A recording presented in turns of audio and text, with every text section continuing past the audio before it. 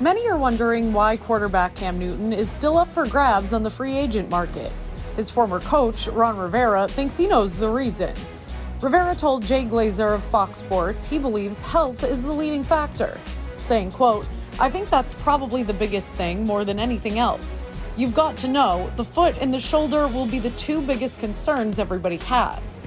But Rivera warns the NFL shouldn't sleep on the former league MVP.